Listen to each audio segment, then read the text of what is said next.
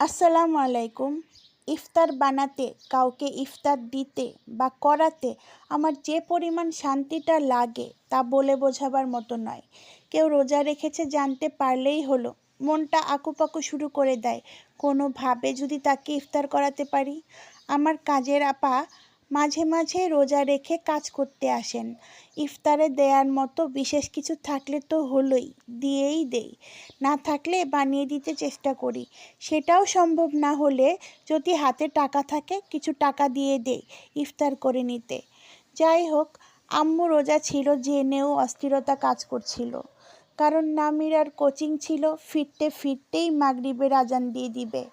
কপাল গুনে স্কুলে গিয়ে জানতে পারি স্কুল বন্ধ, কারণ তাদের ক্লাস পার্টি ছিল। অগত্যা ফিরে আসতে হলো। নামিরার বাবাও জানালেন তিনি আসছেন।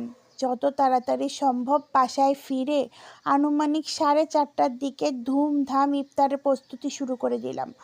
ছোলা আগেই সিদ্ধ ছিল, আম্মুর ডাল রেডি করে রেখেছিলেন বড়ার জন্য, আলু সিদ্ধ ছিল। বহু কষ্টে অল্প সময়ে ছোলা ও বড়া রেডি করে আলুর চপ রেডি করতে করতে আজান দিয়ে দিল। তবুও আম্মুকে দিতে গেলাম এবং একসাথে খেয়ে এলাম। নামিরার বাবাকেও নাস্তা হিসেবে দিয়েছি বটে।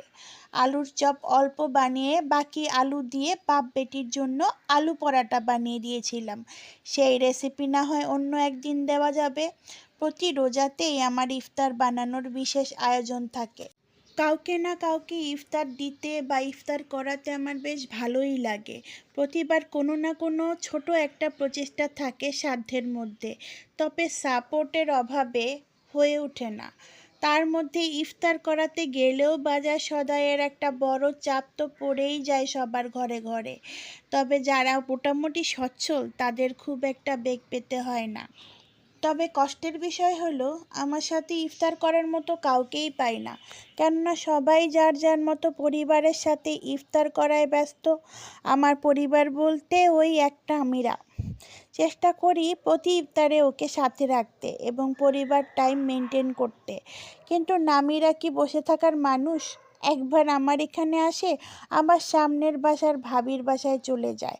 ওরা পুরো পরিবার মিলে ইফতার করে। এটা নামিরারও অনেক ভালো লাগে। দুই বাসার দরজাই খোলা থাকে, এই বাসা ওই বাসা করতেই থাকে।